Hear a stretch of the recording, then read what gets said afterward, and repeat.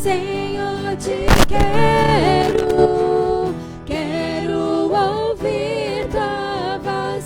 Senhor, te quero mais. Quero tocar-te, tua face eu quero ver. Senhor, te quero mais. Prosseguindo para o alvo eu vou, a coroa conquistar. Vou lutando, nada pode me impedir, eu vou te seguir, conhecer-te eu quero mais. Senhor, te quero, quero ouvir tua voz. Senhor, te quero mais. Quero tocar-te, Senhor Jesus. Quero tocar-te, tua face eu quero ver. Senhor, te quero mais.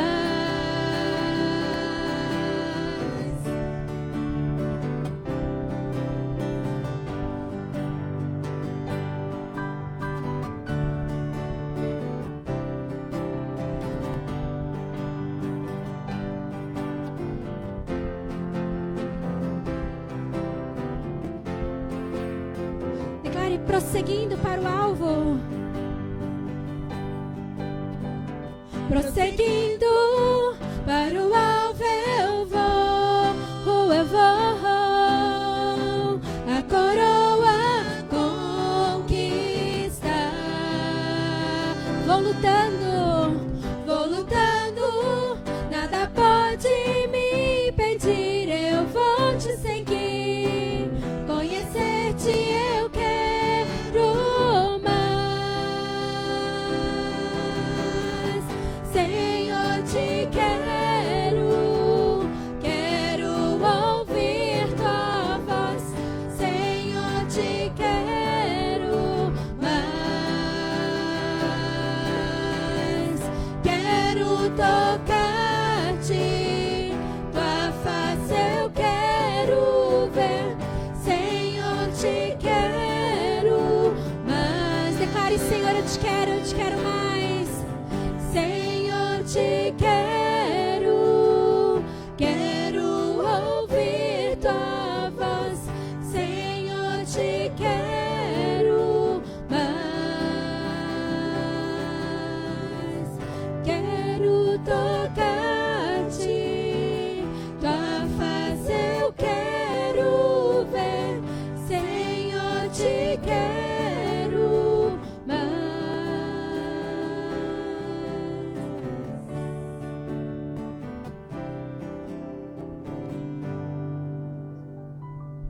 Amém. Que realmente possamos querer cada vez mais e mais o nosso Senhor Jesus Cristo, né? Estar mais próximo dele, mais intimidade com ele. Amém? A igreja pode se assentar.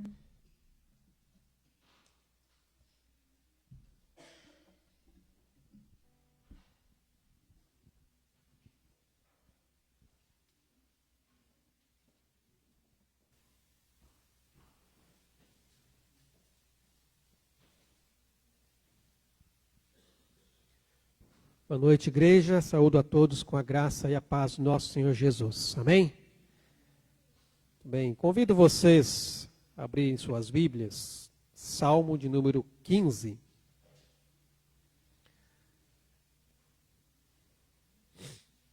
Livro de Salmos, número 15.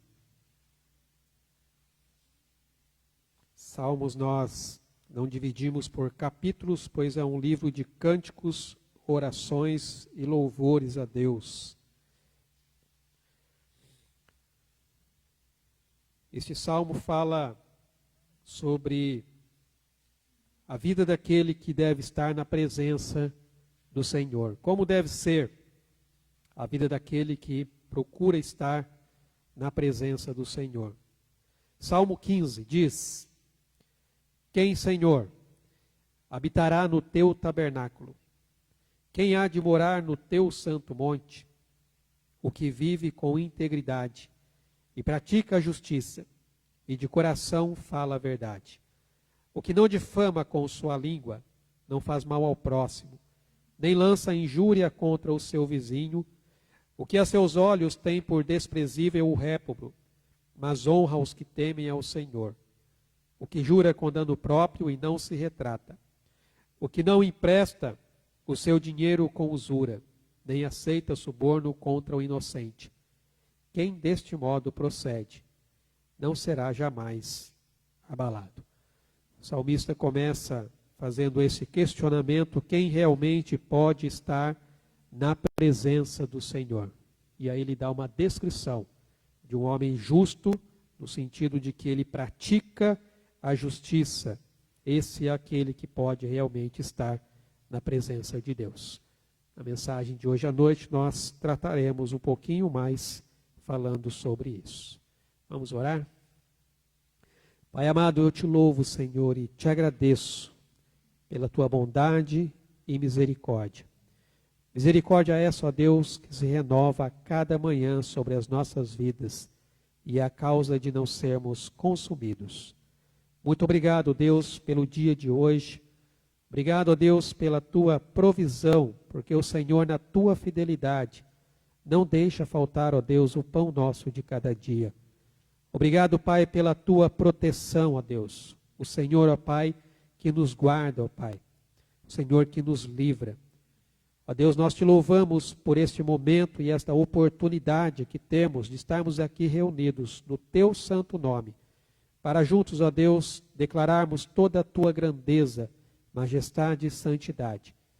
E como nós acabamos de ler, ó Pai, na tua palavra, quem realmente pode habitar na presença do Senhor é aquele que é justo e pratica a justiça. Mas sabemos, ó Deus, que todo homem é pecador. Por isso, ó Deus, essa justiça, ela só é conseguida através de Cristo Jesus. Ele que pagou o preço, ó Deus, pelos nossos pecados. E pela fé em Cristo nós somos justificados. E temos paz com o Senhor. Podendo então, ó Deus, estar diante de Ti, apresentando, ó Pai, as nossas vidas no Teu altar. Recebe, ó Deus, o nosso louvor, recebe, ó Pai, a nossa adoração. Que Teu Espírito Santo, ó Deus, tenha liberdade de agir em nosso meio, ó Deus. Tocando, ó Pai, em nossas vidas, em nosso coração, iluminando, ó Deus, o nosso entendimento, na compreensão, ó Pai, da Tua palavra, da Tua vontade, ó Deus. Que nós possamos, ó Pai, estar com os nossos ouvidos atentos e corações abertos. Aquilo, ó Deus, que o Senhor tem, ó Deus, a tratar conosco nesta noite. Nos louvores, nas orações e principalmente, ó Pai, através da Tua palavra. Abençoa, Senhor, a Tua igreja, abençoa o Teu povo. Estende, ó Pai, as Tuas mãos sobre cada um, ó Pai. Coloco isso diante de Ti, agradecido, no nome santo de Jesus. Amém, Senhor Deus. Amém, meus irmãos. Vamos continuar louvando e bendizendo o nome do nosso Deus.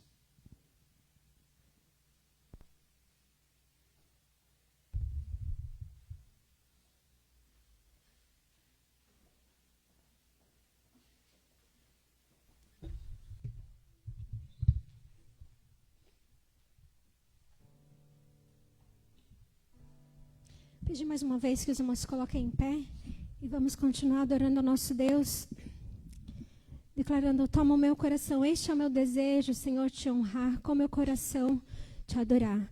O Senhor realmente nos criou a sua imagem, a sua semelhança para a glória dele, né? Então que realmente possamos refletir a glória do Senhor. E esse refletir é realmente viver uma vida em submissão à vontade de Deus, né? Então que realmente possamos viver em submissão àquilo que o Senhor tem para as nossas vidas, né? Muitas vezes acontece tantas coisas, né? E às vezes a gente esquece de realmente saber que Deus está no controle de todas as coisas e ser submisso a Ele. Mas que possamos sempre nos lembrar que Ele está à frente nos conduzindo. Amém?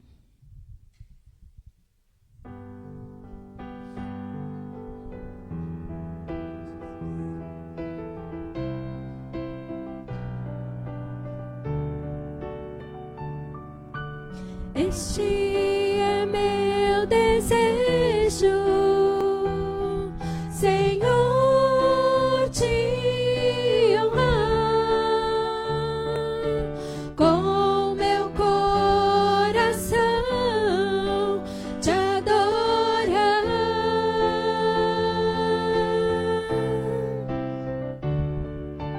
Tudo que há em mim, queremos te dar louvor, Senhor, te dar louvor.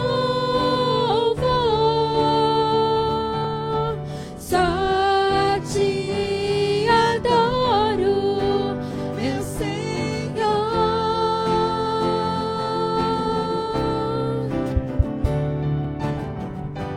Toma o meu coração e toda a minha alma. Eu vivo só pra ti, sempre que eu respirar, cada vez que eu acordar, faz o teu querer em mim.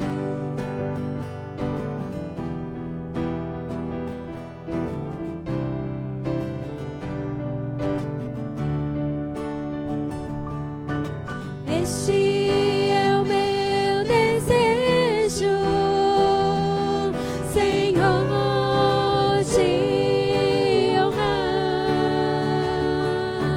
com meu coração, te adorar.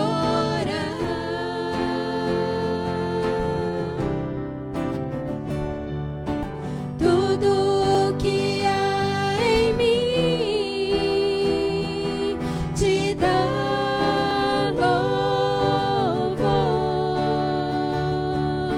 Só te adoro, meu Senhor.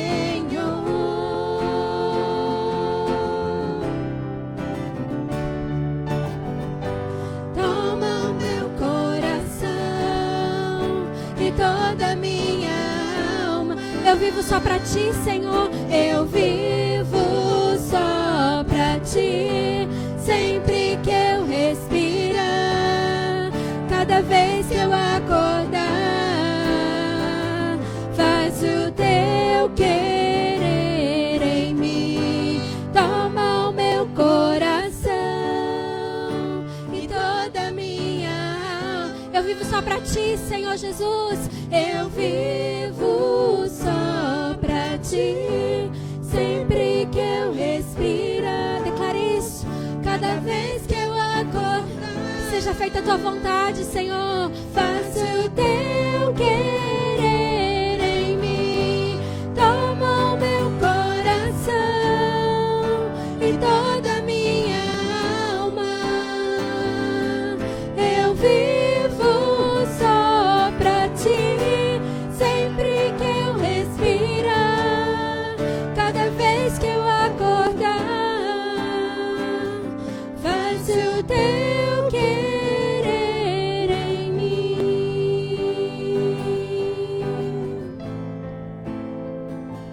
Faz o teu querer em mim. Amém. Que realmente a vontade de Deus seja feita nas nossas vidas todos os dias. Amém. E agora também os irmãos têm a oportunidade de estar trazendo aqui na frente os seus dízimos e as suas ofertas. Grande é o nosso Deus e muito digno de louvor. Só Ele realmente merece o nosso louvor e a nossa adoração. Amém.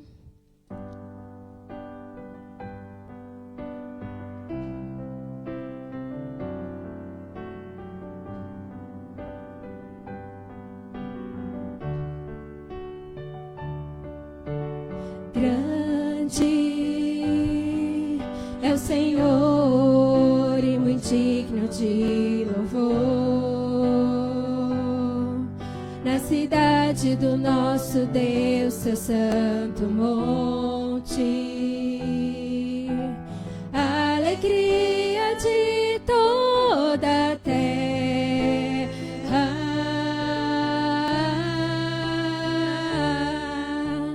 Grande é o Senhor em quem nós temos temos a vitória,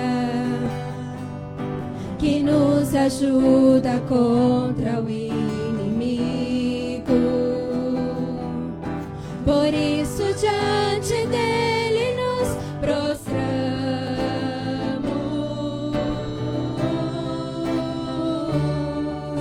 Queremos o teu nome engrandecer, o teu nome engrandecer e agradecer-te por tua obra em nossa vida. Confiamos em teu infinito amor, pois só tu és o Deus eterno sobre toda a terra e céus.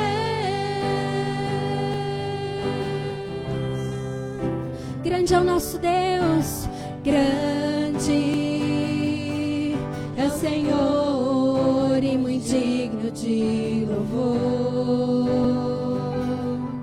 Na cidade do nosso Deus, seu santo monte, a alegria de toda a terra.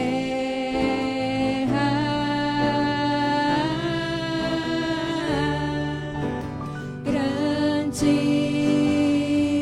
é o Senhor em quem nós temos a vitória, que nos ajuda contra o inimigo. Por isso diante dele nos prostramos. Declare: queremos o teu nome engrandecer, queremos o teu nome engrandecer. Aleluia, Senhor Jesus, tu és maravilhoso. E agradecer-te por tua obra em nossa vida. Confiamos em teu infinito amor, pois só tu és o Deus eterno sobre toda a terra e céus.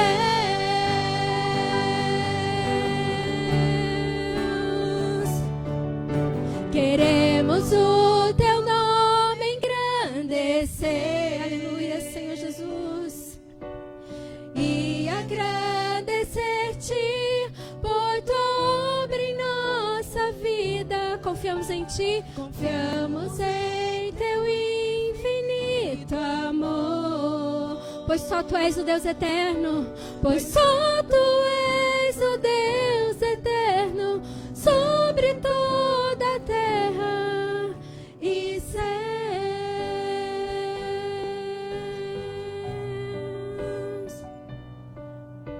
Pois só tu és o Deus eterno sobre toda a terra e céus.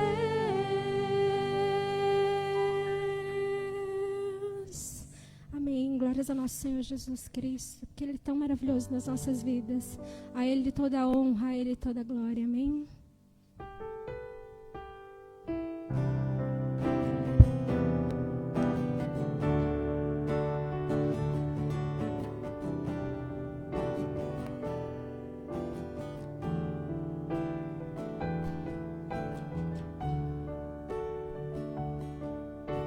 As muitas gerações rendidas em louvor, cantando ao Cordeiro uma canção. Os que em ti se foram e os que hão de crer, cantando ao Cordeiro uma canção. Declare: teu nome é mais alto, teu nome é o mais alto, teu nome é o maior, teu nome é sobre todos. Aleluia, Senhor Jesus. Os tronos e domínios, governos e poderes, teu nome é sobre todos. E os anjos clamam: Santo,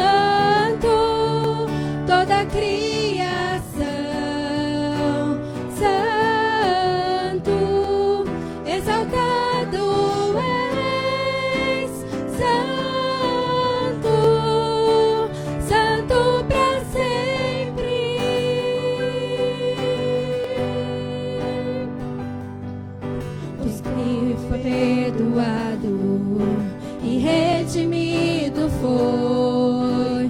Cante ao Cordeiro uma canção. Aquele que é livre e leva o seu nome. Cante ao Cordeiro uma canção. Aleluia, Senhor Jesus. Cantaremos para sempre. Amém.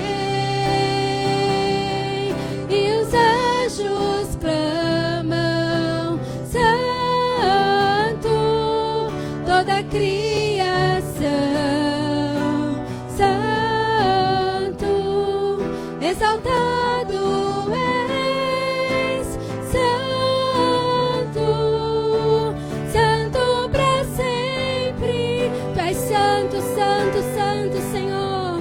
E o teu povo canta: Santo, Sim ao Rei dos Reis. Santo, tu sempre serás.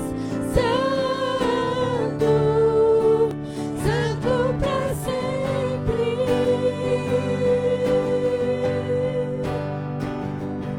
teu nome é o mais alto, teu nome é o maior, teu nome é sobre todos os tronos e domínios, governos e poderes. Teu nome é sobre todos. Teu nome é mais alto, teu nome é o maior, teu nome é sobre todos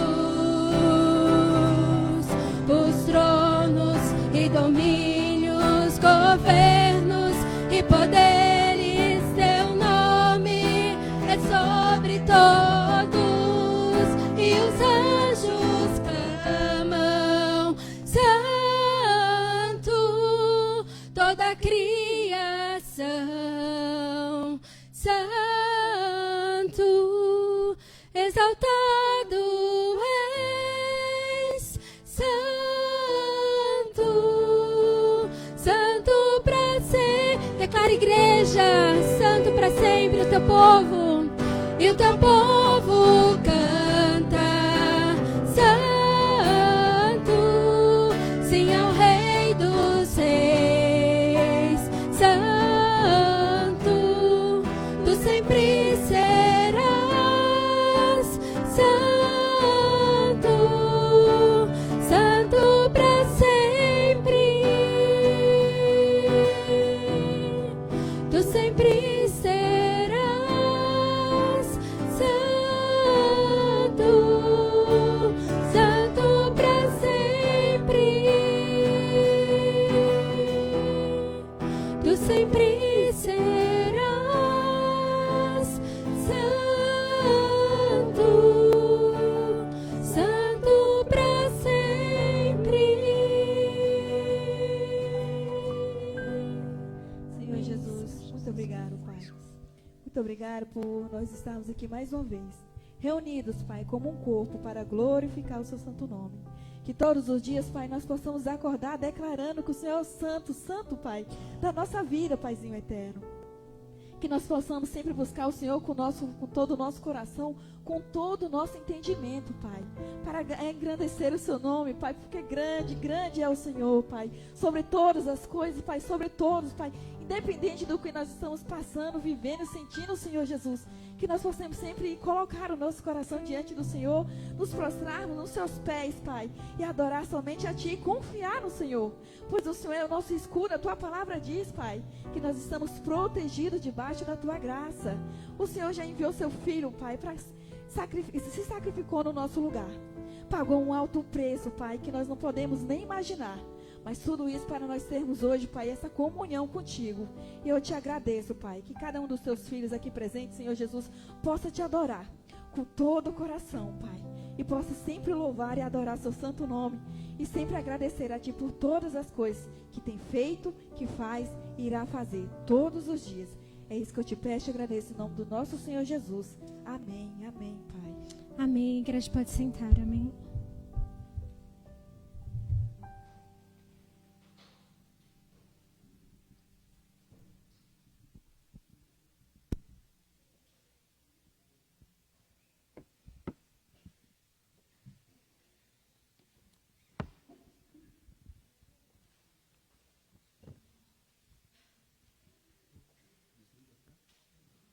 Amém, meus irmãos.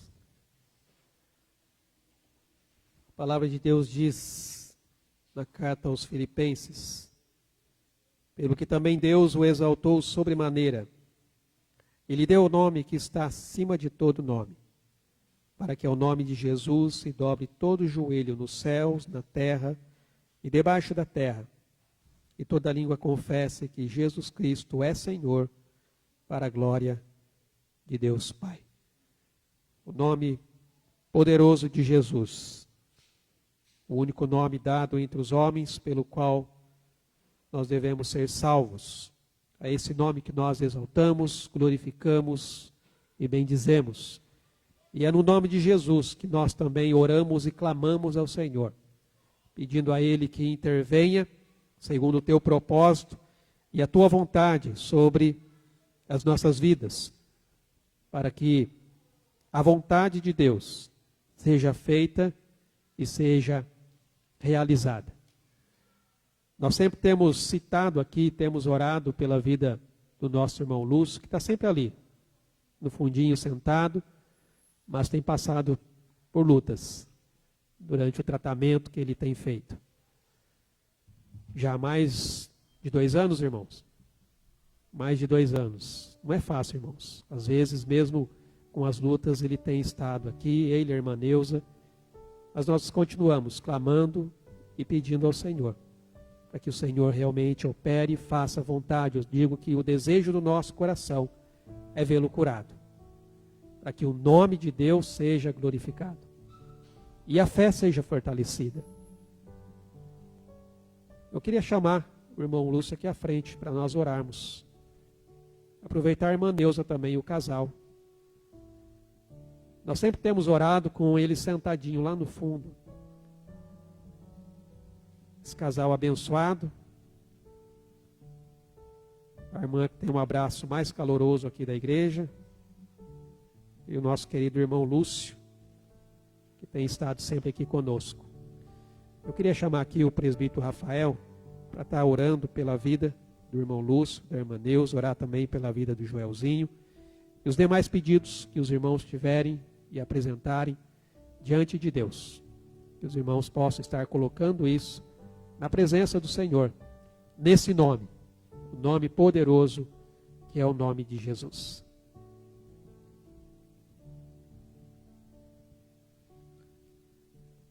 Senhor Pai, misericórdia, Senhor Pai, que nos ama, está pronto, Pai, a nos perdoar, Pai. Nós clamamos ao Senhor essa noite, Pai. Obrigado, Senhor, porque a Tua graça, Senhor, nos alcança, Pai. Obrigado, Senhor, porque o Senhor está conosco, Pai. Todo momento, Pai. Nos levantando, nos fazendo caminhar. Obrigado, Senhor, porque a nossa vida está em Ti, Pai. Obrigado porque o Senhor é maravilhoso, Pai. Pai, nós pedimos, Senhor, pela vida do nosso irmão Lúcio, Senhor, da nossa irmã Neuza, Pai. O Senhor tem acompanhado de perto cada momento, Pai. Cada situação que ele e que a Neuzinha tem passado, Senhor. E o Senhor conhece o coração deles, Pai. O Senhor sabe os momentos de confiança, o Senhor sabe os momentos de alegria, o Senhor sabe os momentos de dor e de tristeza. E ainda assim, o Senhor, ao ver a nossa fragilidade diante do Senhor, o Senhor escuta as nossas orações. Eu te agradeço por isso, Pai. Obrigado, Pai, porque os seus ouvidos não estão fechados, Pai. Obrigado porque o Senhor não está distante de nós, Pai. Mas o teu amor, Senhor, é tão grande, Pai. tão largo, tão profundo, Pai. E eu te peço, Pai, que o teu amor, Pai, encha de alegria, Pai, o coração do Lúcio e da Neuza, Pai, ao saberem que o teu propósito, Senhor, na vida deles, Pai, é tão infinitamente, Senhor, maravilhoso. E o Senhor, eu sei que tem ensinado isso a eles, Pai. Que cada dia, Senhor, cada momento, Pai, quando o desânimo, Pai, ou quando a aflição ou a tristeza, Senhor, baterem a porta deles, Pai, que o Senhor, com a tua palavra que é poderosa, Pai, o Senhor possa restaurar e renovar a mente deles, Pai. Que eles entendam, Pai, que a nossa vida aqui é um sopro, é como a fumaça. E que eles entendam, Pai, que o Senhor é por nós. Obrigado, Pai, porque o Senhor é nosso Pai perfeito, Pai. Obrigado porque no Senhor nós podemos confiar, nós podemos clamar ao Senhor, apresentar diante do Senhor todas as nossas petições, Pai. E como o Senhor é bom e como o Senhor é fiel, Pai. Muito obrigado pela tua grande misericórdia, Pai. Renova, Pai, em nome de Jesus, Pai. É aquele que dá força ao cansado, Pai. Levanta, Senhor, teu rosto sobre o irmão Lúcia e irmã Neuza, Pai. Que eles possam ver ao Senhor, Pai. Maravilhoso, Pai, no teu alto trono, Pai. Que eles possam entender, Pai, que o Senhor é por eles, Pai. O Senhor está com eles em todo momento, Pai. E nós te pedimos também pela vida do Joelzinho, Pai, pela saúde dele. O Senhor, restaura, Senhor, saúde plena aos seus pulmões, Pai. Que ele possa, Senhor, com alegria, Pai, agradecer ao Senhor ainda hoje à noite, Pai. Que ele possa dormir noites tranquilas, Senhor, e ver o teu cuidado, Pai. Sabendo que apesar, Pai, de que ele não tem, Pai, pais perfeitos aqui nessa terra, o Senhor é perfeito, Pai. E o Senhor o ama tanto, Pai. Que o Senhor deu a sua vida por ele naquela cruz, Pai. E se entregou por ele, Pai, para que ele se arrependa, Senhor. E ele receba de ti, Pai, um coração novo, pronto, Senhor, para te louvar. Em nome de Jesus, meu Pai. Abençoa a vida dessa igreja, Pai. Que nós sejamos um povo, Pai, que vive, Pai, cada dia, Pai, em arrependimento diante do Senhor, Pai, te buscando, Senhor, enquanto nós podemos achar, Pai, enquanto o Senhor pode ser encontrado, Pai. E nós, ao buscarmos o Senhor de todo o nosso coração, nós te acharemos, Pai. Essa diz a tua palavra. Muito obrigado por tudo, Pai, e por essa noite, em nome de Jesus. Amém, Senhor.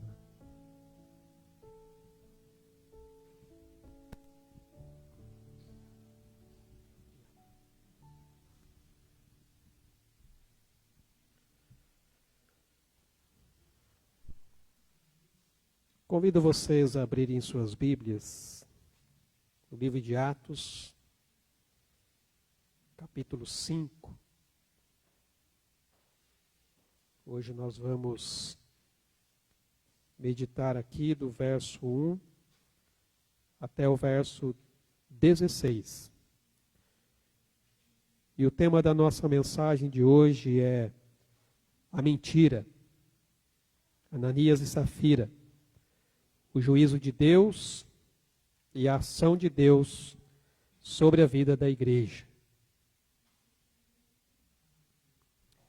Atos, capítulo 5, a partir do verso 1 diz: Entretanto, certo homem, chamado Ananias, com sua mulher Safira, vendeu uma propriedade, mas em acordo com sua mulher, reteve parte do preço, e levando o restante, depositou aos pés dos apóstolos.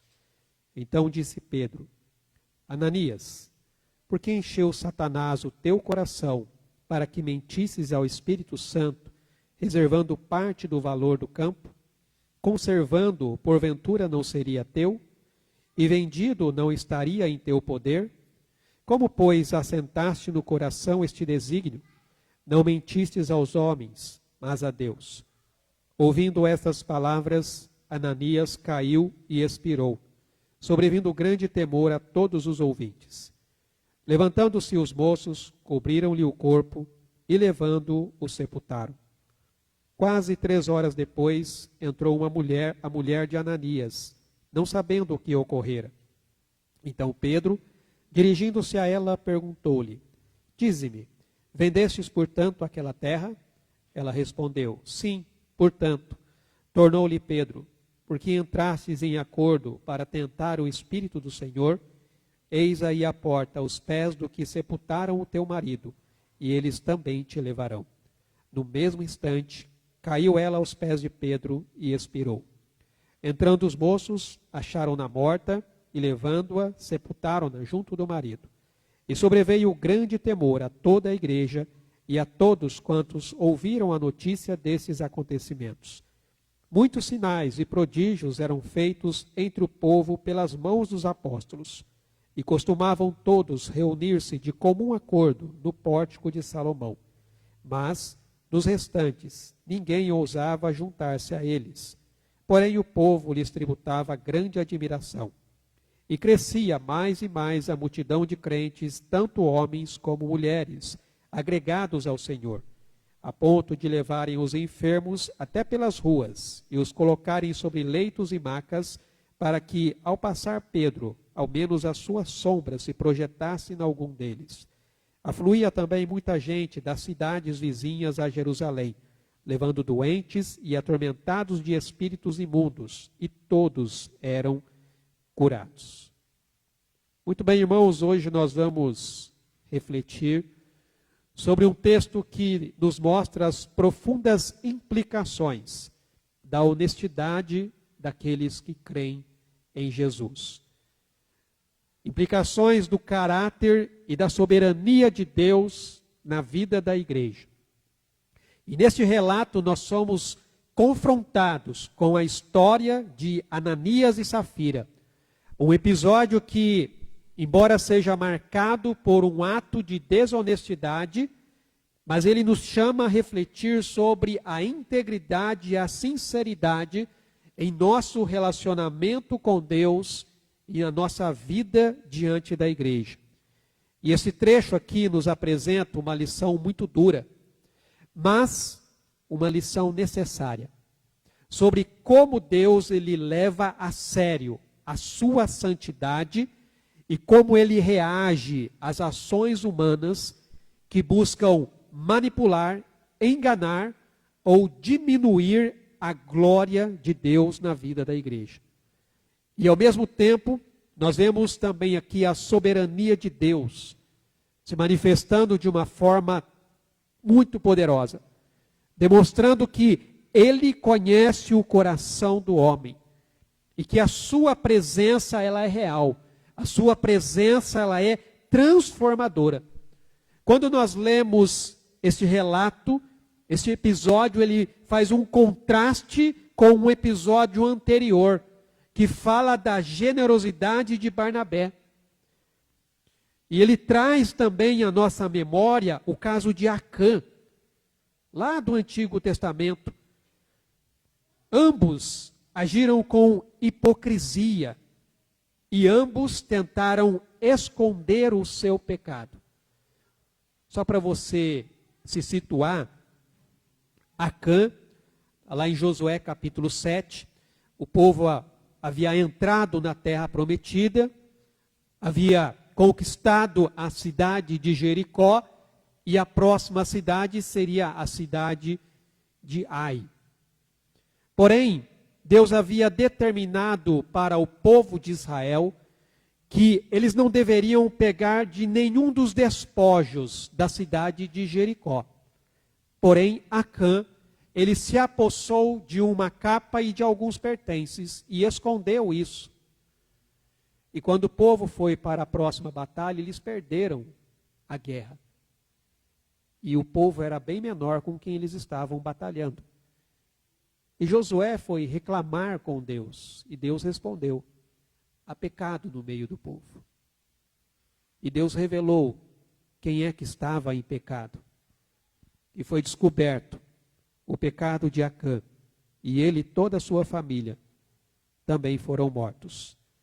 Da mesma forma, nós vemos aqui acontecer com Ananias e Safira.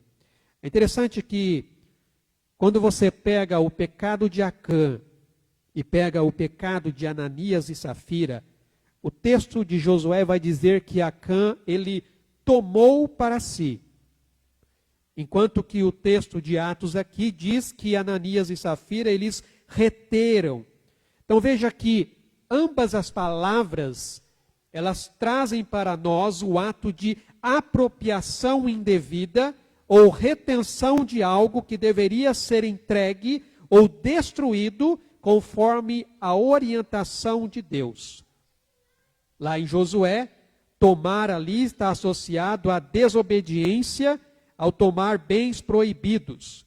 Aqui em Atos, reter está ligado a essa tentativa de esconder uma parte de um bem que deveria ter sido doado integralmente, o que provocou então a intervenção do Espírito Santo e essa punição.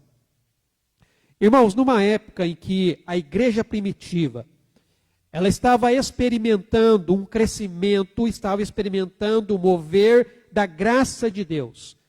Deus então trouxe à tona a questão da integridade, de um coração sincero e de um temor reverente diante dele.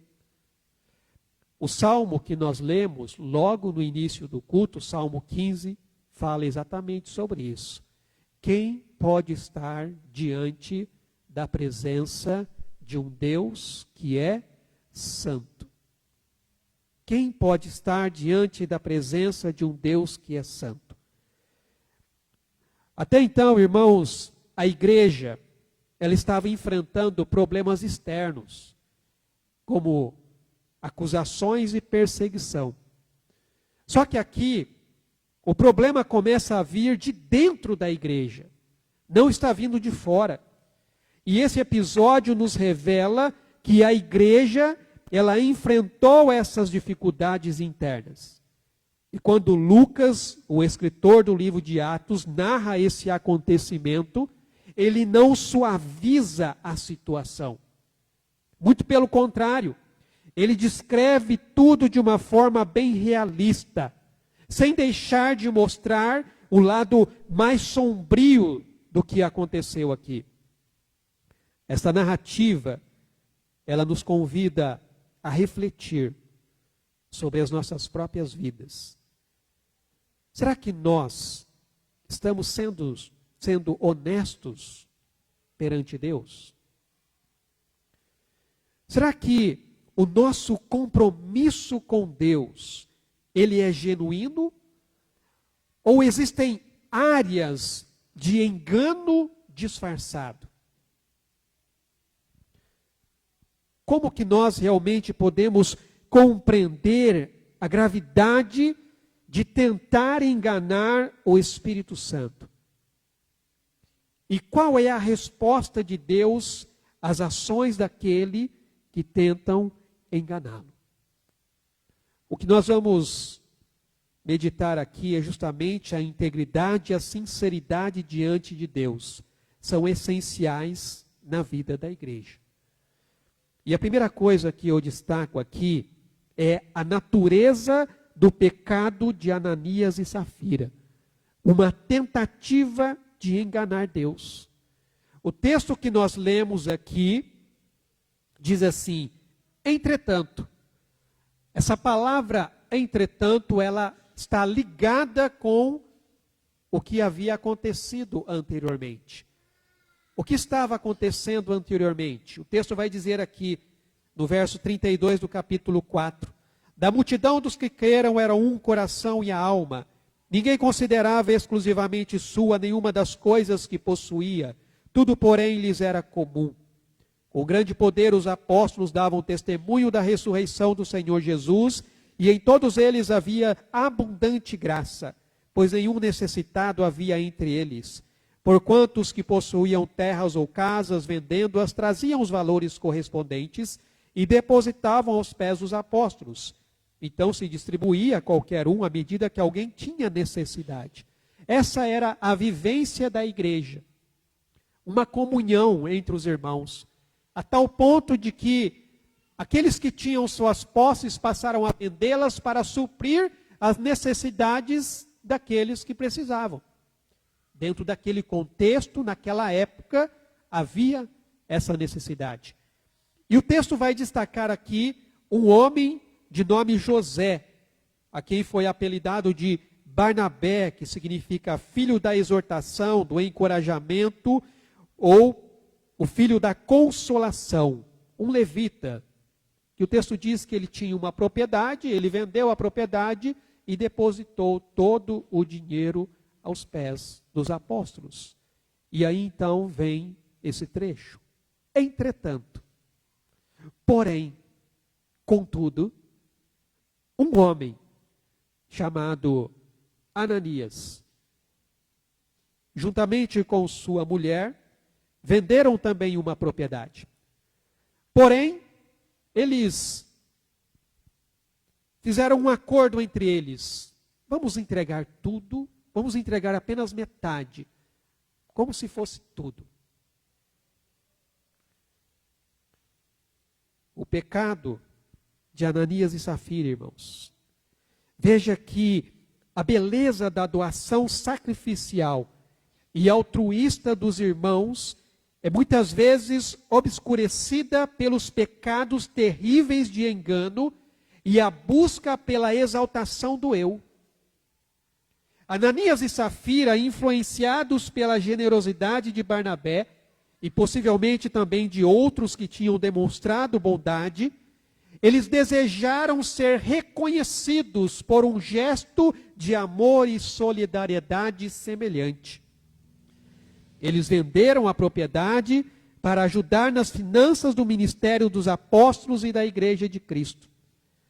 Porém, movidos pela ganância e pelo egoísmo, eles reteram uma parte do dinheiro e apenas entregaram o restante, fingindo que aquele era todo o valor que eles tinham arrecadado. Irmãos, percebam que eles mentiram para o Espírito de Deus. Porque aquela oferta não era para os homens. Aquela oferta era destinada para a obra do Senhor. Eles tinham a intenção de parecer generosos, mas na verdade, eles estavam agindo com falsidade. Irmãos, o pecado aqui não foi eles terem retido uma parte do dinheiro. Esse não foi o pecado. O pecado foi a mentira deliberada. Porque o versículo 2 diz assim: em acordo com sua mulher. Eles premeditaram. Eles concordaram antes em fazer isso. A tentativa de enganar os líderes e, sobretudo, enganar a Deus. Quando nós vamos para o último dos profetas no Antigo Testamento, Malaquias, capítulo 3, nós temos um texto que é muito usado na questão de dízimos e de ofertas. Malaquias capítulo 3, versículo 8 a 10 diz assim: roubará o homem a Deus? Todavia vós me roubais, e dizeis: em que te roubamos? Nos dízimos e nas ofertas. Com maldição sois amaldiçoados, porque a mim me roubais, vós, a nação toda. Trazei todos os dízimos à casa do tesouro, para que haja mantimento na minha casa. E provai-me nisto, diz o Senhor dos Exércitos, se eu não vos abrir as janelas do céu, e não derramar sobre vós bênção sem medida. Muitas vezes, nós utilizamos esse texto para falar sobre dízimos e ofertas. Algumas pessoas questionam sobre a validade da entrega dos dízimos, dizendo que ele pertencia à antiga aliança. Ele não é válido mais para os dias de hoje. Isso era pertencente lá à época da lei. Hoje não é necessário mais dar o dízimo. O que importa é aquilo que você dá de coração.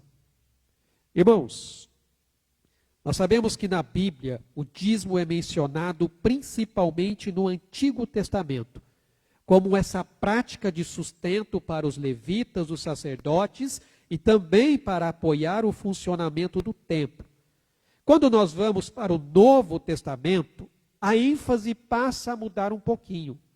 Só que quando nós lemos aqui em Mateus capítulo 23, Jesus falando com os religiosos ali da época e tratando também de um assunto que envolve isso, Mateus 23 diz assim: ai de vós, escribas e fariseus hipócritas, porque dais o dízimo da hortelã, do endro e do cominho, e tendes negligenciado os preceitos mais importantes da lei, a justiça, a misericórdia e a fé. Devíeis, porém, fazer estas coisas sem omitir aquelas. Veja que Jesus não está dizendo, você não precisa entregar. Jesus está dizendo, vocês devem agir com amor, com sacrifício, com misericórdia para com o próximo, mas sem deixar de fazer também as outras coisas. Então nós vemos que, quando falamos de dízimo, parece que ele está mais no Antigo Testamento. Quando você vai para o Novo Testamento, a ênfase muda porque foca mais na generosidade. Foca nessa disposição do coração e na alegria de dar do que numa obrigação legal. Eu, particularmente, tenho um princípio que eu aprendi e eu carrego comigo. E talvez você possa levar esse princípio com você. Ele diz o seguinte: com o meu dízimo, eu entrego a minha fidelidade a Deus. E com a minha oferta, eu entrego a minha gratidão. Então eu dou tanto um quanto o outro. Talvez esse seja um assunto até um pouco complicado para se falar nos dias de hoje, principalmente por conta de igrejas que enfatizam demais essa questão de prosperidade, como uma espécie de barganha com Deus, de que se você der, você será abençoado, porque essa é uma promessa. E aí as pessoas passam a usar isso como se fosse uma espécie de arma contra Deus. Olha, eu estou fazendo a minha parte, e eu espero que o Senhor faça a sua. Irmãos, não funciona assim. Não é desse jeito que devemos agir. Devemos fazer tanto uma coisa quanto a outra. Eu prefiro essa premissa de entregar com o meu dízimo a minha fidelidade e com a minha oferta a minha gratidão diante do Senhor. Mas nós vemos aqui que a gravidade do pecado, ela reside na tentativa de manipular Deus e também tentar manipular a igreja, apresentando uma fachada de piedade enquanto tenta se esconder a verdade. E essa atitude, irmãos, revela uma corrupção interna, uma hipocrisia que visa ganhos pessoais às custas da sinceridade. Irmãos, entenda o seguinte: quando o inimigo, ele não consegue impedir o avanço da igreja com a perseguição, ele vai tentar por meio da corrupção, aproveitando-se das fraquezas do nosso coração. Porque até então, O inimigo estava se levantando contra a igreja com acusações e perseguições. Porém, a igreja continuava avançando, a igreja continuava crescendo. O inimigo, muito sutil, muda sua estratégia. Ele deixa de atacar do lado de fora. E ele percebe entre aqueles que fazem parte da igreja alguém que tem um coração fraco. E ele vai agir exatamente na vida dessa pessoa, corrompendo-lhe o seu coração. Mas o Espírito Santo, ele guiou Pedro. Ele guiou Pedro na situação que levou à morte de Ananias e Safira, o que trouxe grande temor na vida da igreja.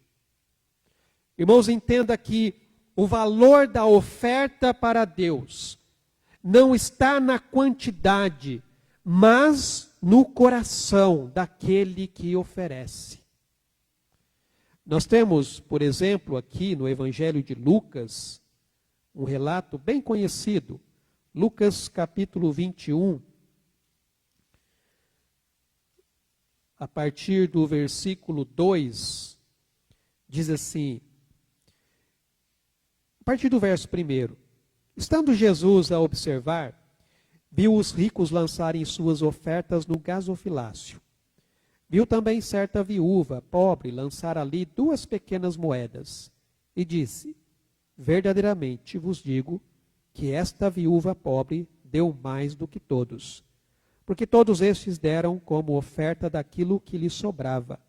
Estas, porém, da sua pobreza, deu tudo o que possuía, todo o seu sustento.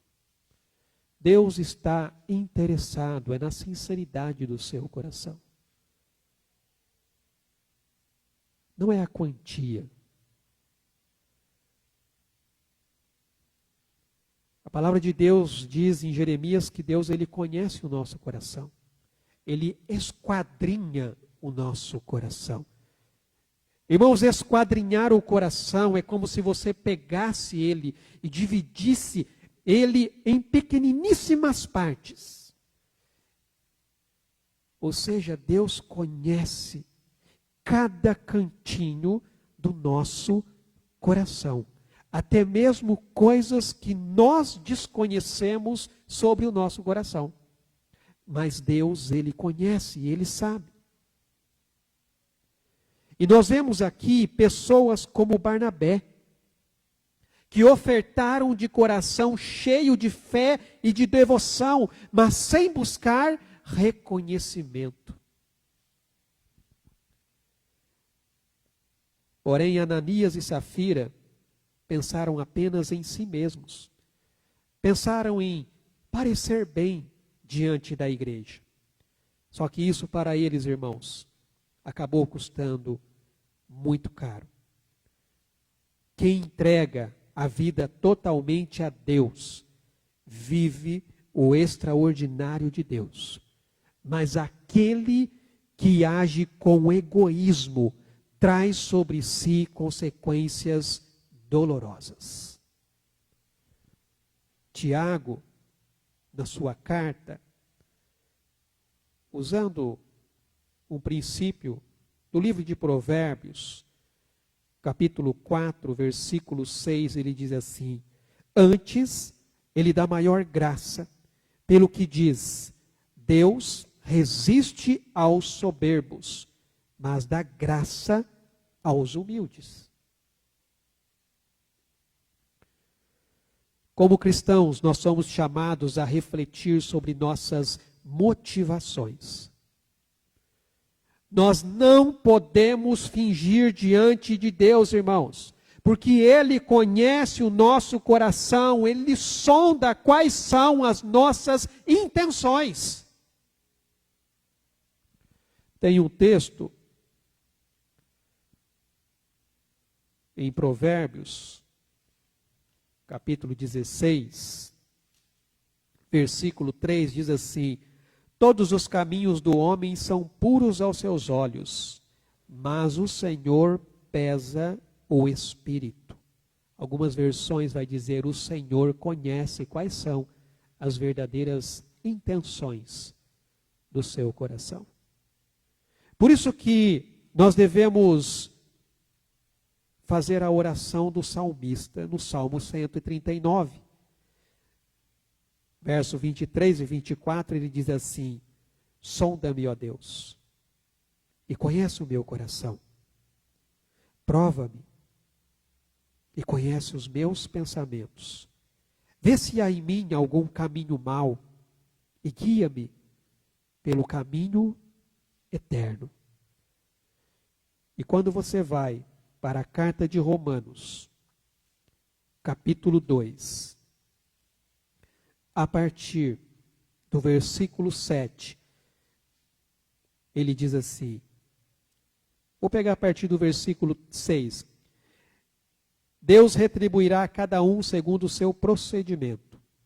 A vida eterna aos que, perseverando em fazer o bem, procuram glória, honra e incorruptibilidade, mas ira e indignação aos facciosos, que desobedecem à verdade e obedecem à injustiça. Tribulação e angústia virão sobre a alma de qualquer homem que faz o mal, ao judeu primeiro e também ao grego.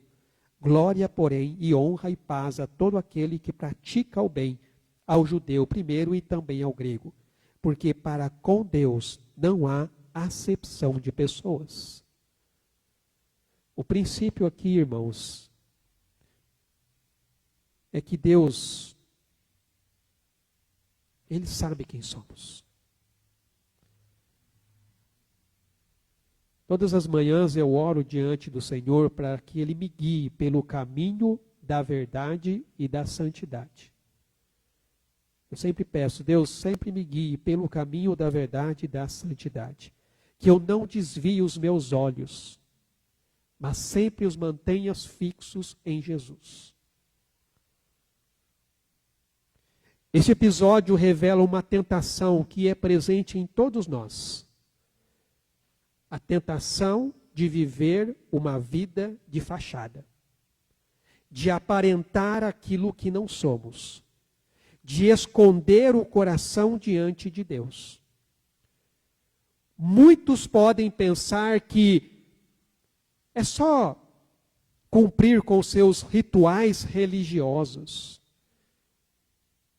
Faça suas orações, leia a Bíblia, venha à igreja, participe das atividades da igreja, faça boas ações externas para que você seja considerado justo. Muitas pessoas vivem suas vidas assim. Vidas de fachada. Você olha para ele, parece ser um exemplo de um crente.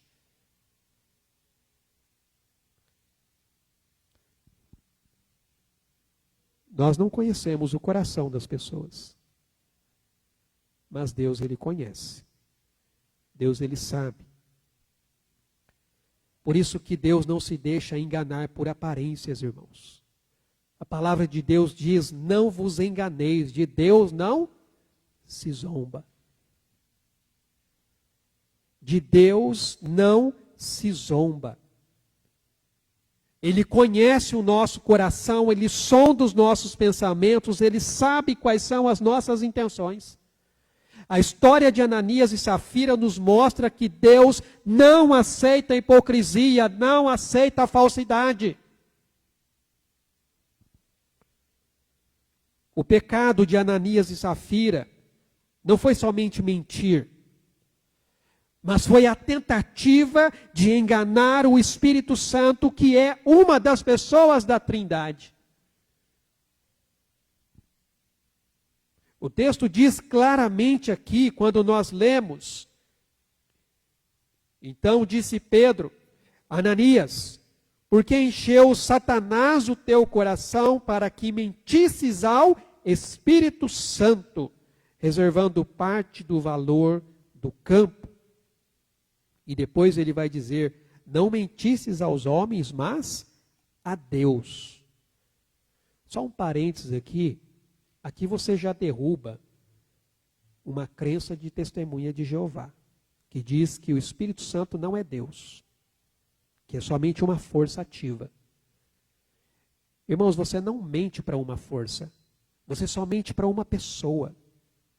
E o texto diz claramente que eles mentiram para o Espírito Santo. E depois ainda acrescenta, vocês mentiram para Deus.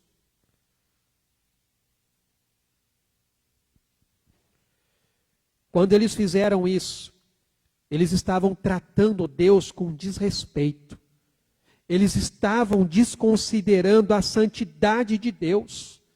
Agora, sabe o que é interessante, irmãos? O nome Ananias significa Deus é cheio de graça. Só que ele aprendeu na prática que Deus também é santo. O nome dele não condizia com a pessoa que ele era. E Safira significa aquela que é bela. Mas ela acabou vendo o seu coração se tornar feio por causa do pecado. E aqui eu trago a primeira aplicação para nós, irmãos. Devemos examinar o nosso coração todos os dias. Devemos evitar a tentação de aparentar algo que nós não somos. Muitas pessoas, irmãos, querem parecer boas, querem parecer generosas, dedicadas, só que na verdade, por dentro, o que elas querem mesmo é reconhecimento, o que elas querem mesmo é o status, é a sensação de estar acima do outro. É isso que elas buscam. Nós não podemos esconder os nossos pecados, nossas motivações egoístas ou nossas intenções dissimuladas. A sinceridade, irmãos, é o que Deus valoriza, porque só assim nós podemos estabelecer uma verdadeira comunhão com Deus.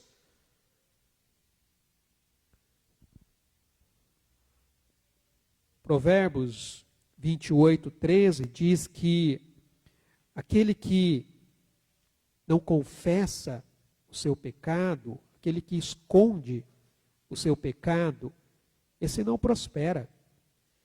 Diz aqui, o que encobre as suas transgressões jamais prosperará.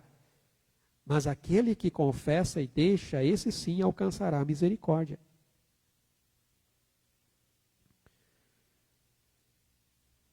Quando damos algo para Deus, irmãos, seja dinheiro, seja tempo, nosso amor, o que realmente importa é a nossa intenção verdadeira. Você está fazendo isso de coração? E aqui eu deixo algumas perguntas para você refletir. Será que eu estou vivendo uma vida de integridade diante de Deus? Será que eu tenho agido com sinceridade, mesmo quando ninguém está olhando?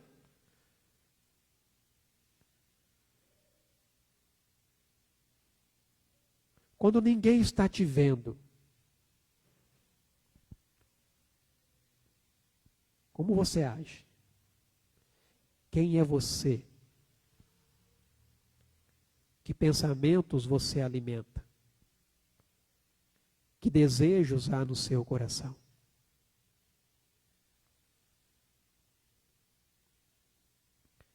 Será que eu estou tentando manipular Deus e as pessoas com aparência de piedade? Pense nisso. O segundo ponto que nós podemos perceber aqui é a resposta de Deus ao pecado, que foi justiça e santidade. Irmãos, ninguém é tão pecador diante de Deus quanto aqueles que aparentam uma espiritualidade que não possui. Um texto aqui no livro de Provérbios também, Provérbios capítulo 8, versículo 13, diz assim: o temor do Senhor consiste em aborrecer o mal, a soberba, a arrogância, o mau caminho e a boca perversa. Eu os aborreço. Veja o que Ananias e Safira, eles fingiram ser pessoas santas, mas eles estavam pecando contra a comunhão dos santos, o que é um pecado grave.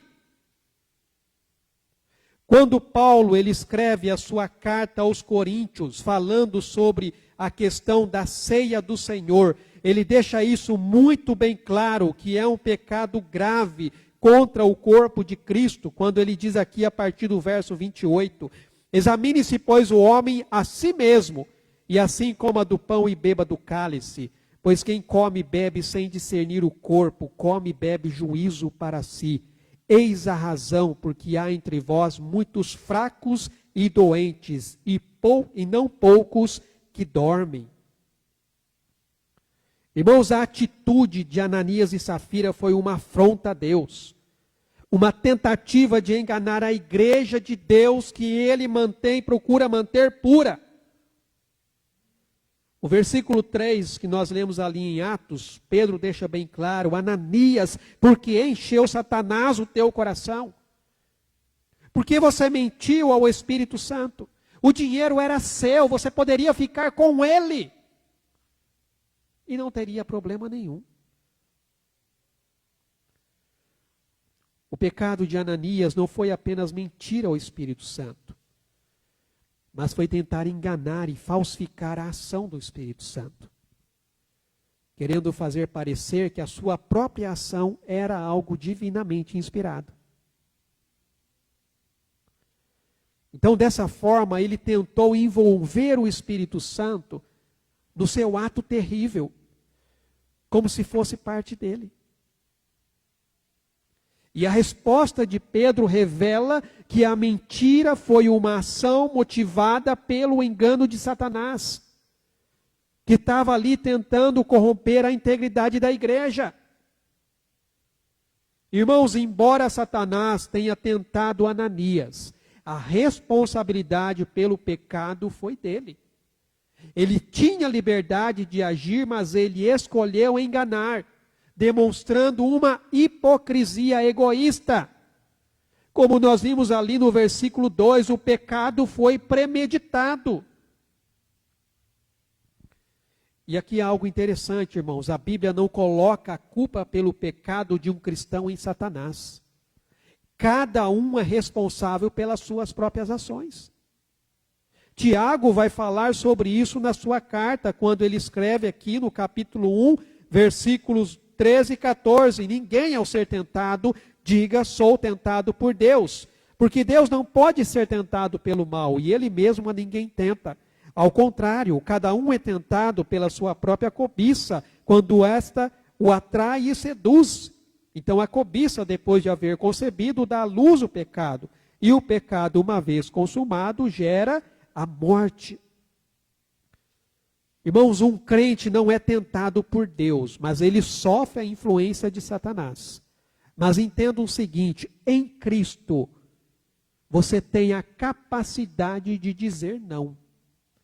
Antes de Cristo, você estava sujeito à escravidão do pecado. Você não tinha como resistir ao pecado. Mas quando Cristo está na sua vida, você recebe da parte de Deus aquilo que o homem perdeu lá no jardim do Éden e que as pessoas muitas vezes confundem, que é a questão do livre-arbítrio. Todos os homens, depois de Adão, perderam o livre-arbítrio. Porque eles não têm mais como dizer não para o pecado. A questão do livre-arbítrio, irmãos, está condicionada à questão do pecado. É a capacidade de dizer não para o pecado. As pessoas confundem. Porque falam assim, mas eu tenho livre-arbítrio, eu posso fazer o que eu quiser. Se eu quiser deixar o microfone aqui e ir embora, eu vou. Eu posso escolher a roupa que eu vou vestir. Eu posso escolher se eu vou continuar dormindo ou se eu vou acordar. Se eu vou levantar de manhã. Livre-arbítrio não quer dizer sobre isso. Livre-arbítrio é a questão de você ter a capacidade de dizer não para o pecado. Depois de Adão, todos perderam essa capacidade.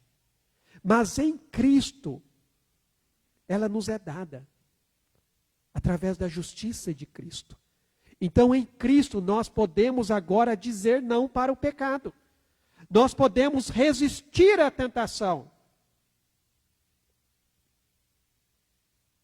Quando você vai, por exemplo, para 1 João, capítulo 3, versículo 8 e versículo 9, diz assim: aquele que pratica o pecado procede do diabo, porque o diabo vive pecando desde o princípio. Agora preste atenção. Para isso se manifestou o Filho de Deus, para destruir as obras do diabo. Agora olhe isso. Todo aquele que é nascido de Deus não vive na prática do pecado.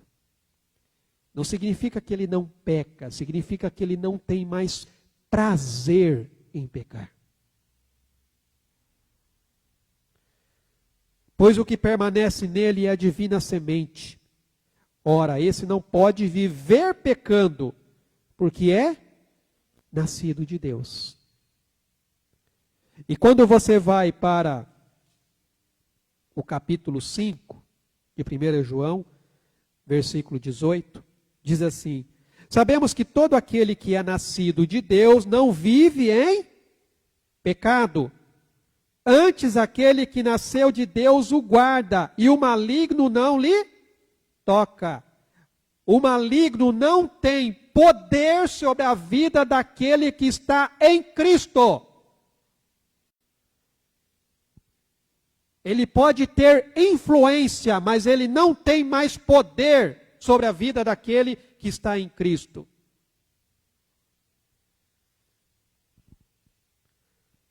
Infelizmente, Ananias deixou-se ser influenciado por Satanás.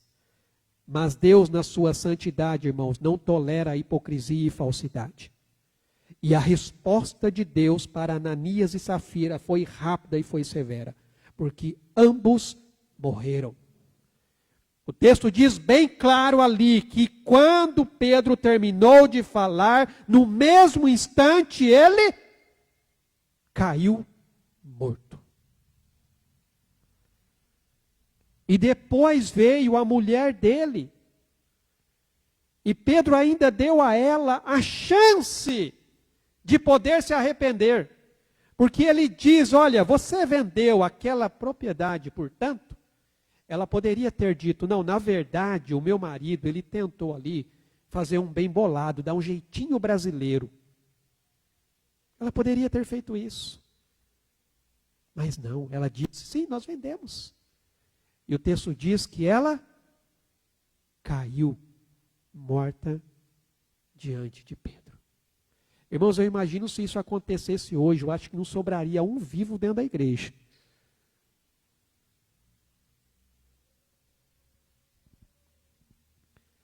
A causa final da morte de Ananias e Safira foi o julgamento de Deus. Entenda, irmãos, às vezes Deus permite que crentes que pecaram sejam levados pela morte. Essa morte, ela pode ser vista como uma forma de disciplina física, uma maneira de Deus corrigir e purificar aqueles que, apesar de serem seus seguidores, ainda cometem erros. Porque o objetivo de Deus é manter a sua igreja pura e santa, conforme nos ensinam as Escrituras. O texto que nós lemos ali de 1 Coríntios, capítulo 11, no versículo 30, diz assim: eis a razão porque há entre vós muitos fracos e doentes, e não poucos os que dormem. Irmão, dormir ali não é aquele sentido de estar lerdeando, não. Dormir ali é literalmente os que morrem. Deus, para preservar a santidade da sua igreja, Ele pode permitir sim que a morte venha sobre a vida daquele que são seus filhos, para que ele também não se perca.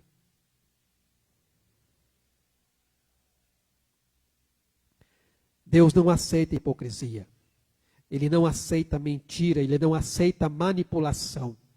Sua santidade exige que o pecado seja levado a sério. E este episódio, irmãos, nos lembra que Deus é justo. Ele não tolera falsidades, atitudes contrárias à sua verdade na igreja.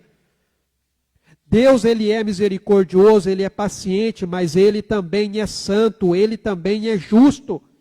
E a sua reação mostra que ele é soberano. Ele conhece o coração do homem e não deixa o pecado impune, especialmente na igreja que é o corpo de Cristo. Ezequiel deixa bem claro, a alma que pecar, essa morrerá. E o que nós aprendemos com isso? Devemos reconhecer que Deus é soberano e justo. Não podemos manipular a sua presença ou sua justiça com fingimento. O pecado, irmãos, por mais disfarçado que esteja, ele sempre será exposto diante de Deus. Paulo, escrevendo aos Romanos, acho que está no próximo, ele diz, de maneira que cada um de nós dará conta de si mesmo a Deus. E há um texto também lá em 2 Coríntios 5,10 que diz que todos nós vamos comparecer diante de Deus para sermos julgados por aquilo que nós fazemos através do nosso corpo. Não tem como, irmãos, ninguém escapa do juízo de Deus. Por isso que não podemos tratar nossa relação de Deus como uma fachada, porque Ele conhece tudo. A sinceridade, a honestidade são essenciais para uma verdadeira comunhão com Deus. Por isso devemos estar atentos às tentações de Satanás que busca nos enganar e nos levar ao pecado. O diabo sempre vai ter as suas artimanhas, mas a responsabilidade ainda é sua. E por fim, nós vemos aqui o efeito do temor do Senhor na vida da igreja. O que foi que isso acarretou? O texto diz no versículo 12, muitos sinais e prodígios eram feitos entre o povo pelas mãos dos apóstolos, e costumavam todos reunir-se de comum acordo no pórtico de Salomão. Um dos benefícios da disciplina na igreja, irmãos, é que ela impede outros de pecar. Os juízos de Deus existem justamente para nos orientar e esclarecer aquilo que é verdadeiro. Jesus, certa ocasião, ele revelou o destino triste da hipocrisia quando ele condenou uma figueira que tinha muitas folhas, mas não produzia frutos.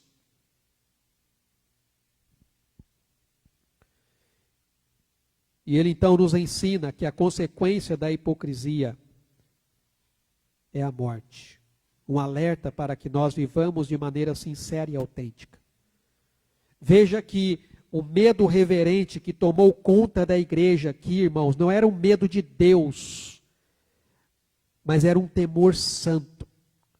Uma reverência que reconhece a santidade e o poder de Deus. E essa reverência, então, resultou num ambiente de respeito à palavra, de pureza e dedicação à missão.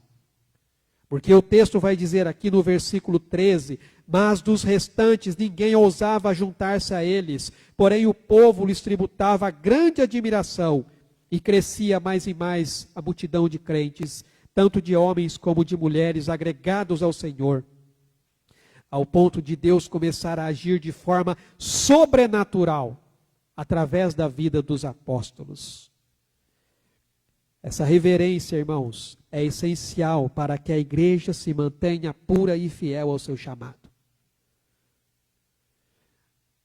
Após a punição de Ananias e Safira, o texto diz que houve um grande temor na igreja.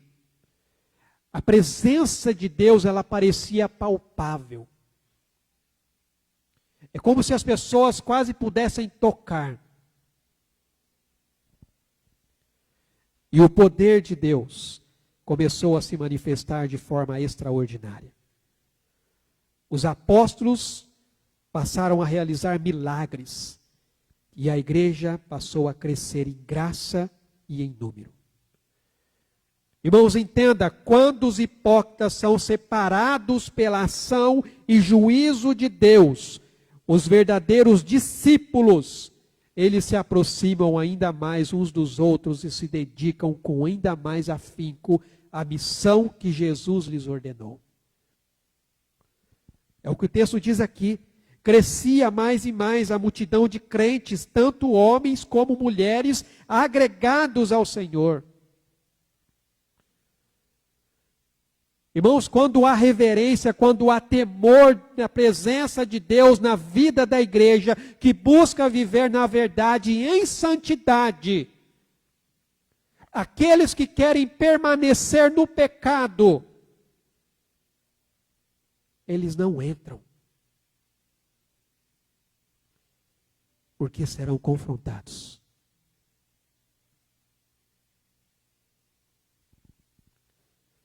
Tudo que ajuda a manter a pureza da igreja, a boa reputação da igreja, contribui para o seu crescimento.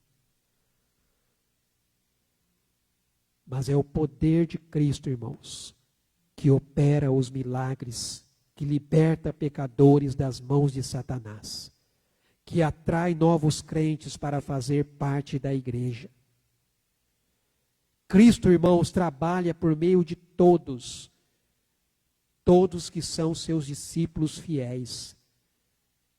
Quem o busca, o encontra. Vai encontrar cura, vai encontrar libertação e vai encontrar salvação. A igreja, irmãos, que vai alcançar o mundo, ela deve ser uma igreja pura. Ela deve ser uma igreja que sabe lidar com o pecado.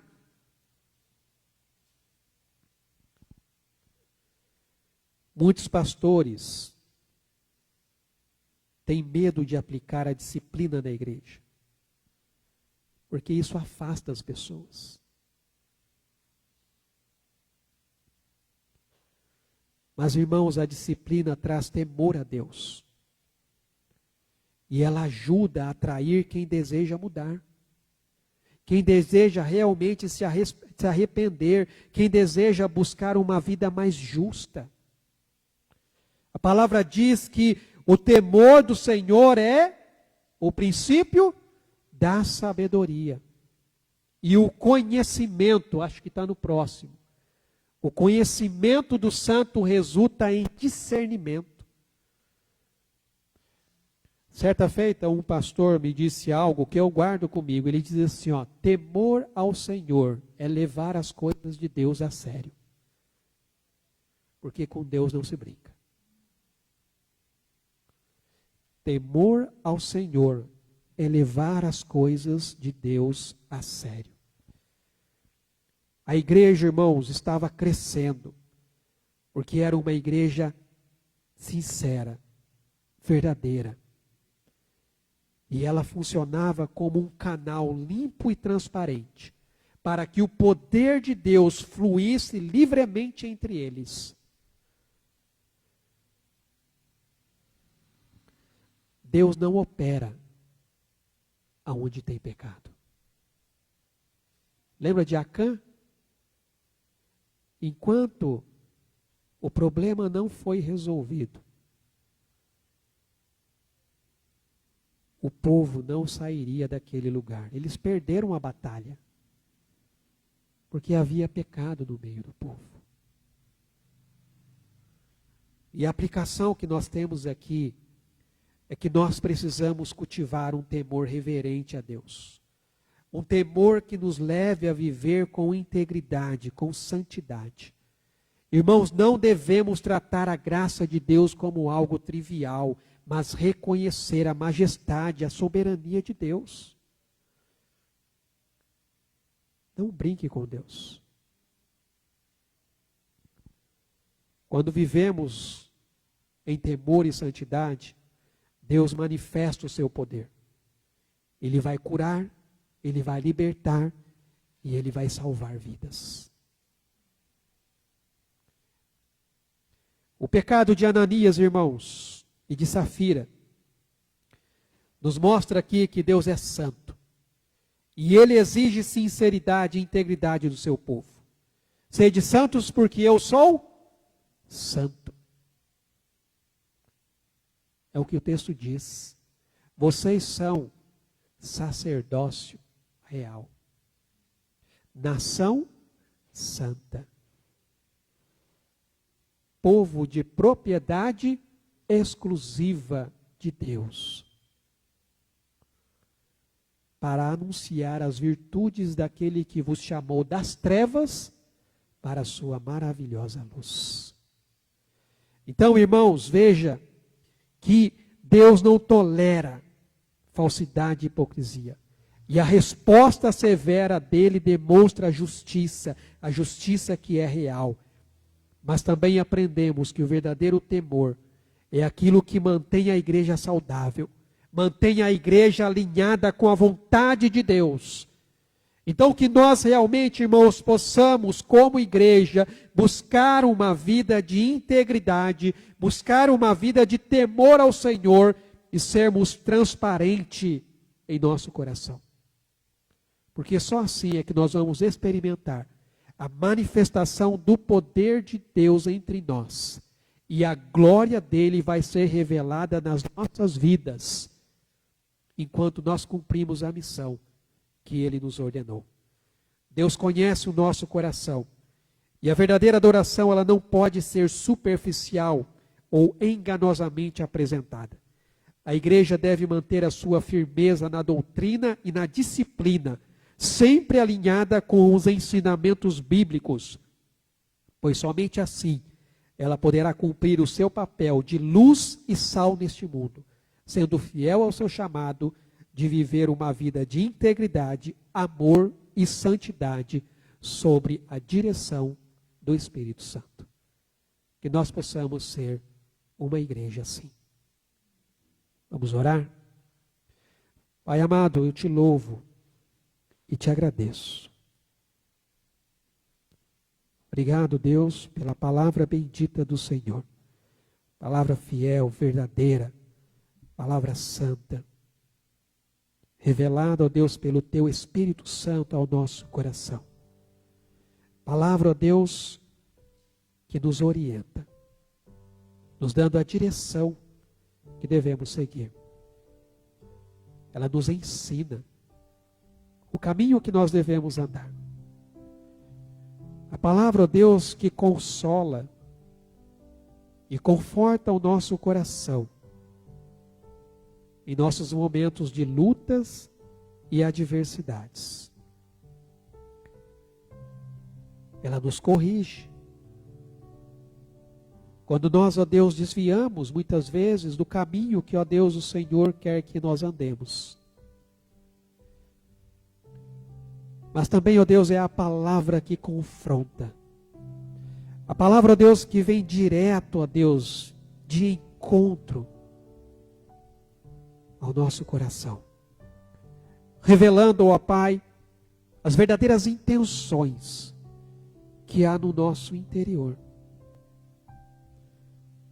As muitas vezes em que nós, ó Deus, não fomos sinceros. Escondemos o nosso pecado. Mas, Pai, nós podemos esconder os nossos pecados das outras pessoas, mas não do Senhor. O Senhor que esquadrinha o nosso coração. O Senhor, ó Deus, que perscruta o nosso entendimento. A palavra, Pai, que vem, ó Deus, e nos repreende. Mas também é a palavra que instrui. Instrui no caminho da justiça, andar na verdade e na santidade diante do Senhor. Que nós, ó Deus, possamos ser, ó Pai, uma igreja fiel e verdadeira. Uma igreja, ó Deus, que busca a santidade e a verdade. Que possamos reconhecer, ó Deus, as nossas falhas, os nossos erros, os nossos pecados. As muitas vezes, ó Deus, em que nós estamos ali, sozinhos, sem ninguém nos ver. E muitas vezes alimentando pensamentos que não são condizentes com a nova vida que o Senhor nos deu. Mas ainda assim, ó Pai, ali o Senhor está. Perdoa-nos os nossos pecados. Livra-nos das nossas iniquidades. E nos ajuda a andar no caminho da verdade e no caminho da santidade. Guia-nos, ó Pai, pelo caminho da justiça. Para que assim, ó Deus, a sua glória seja manifesta em nosso meio. Para que assim, ó Pai, o seu poder, ó Deus, atue em nosso meio. Para que vidas, ó Pai, sejam salvas, vidas sejam libertadas, curadas.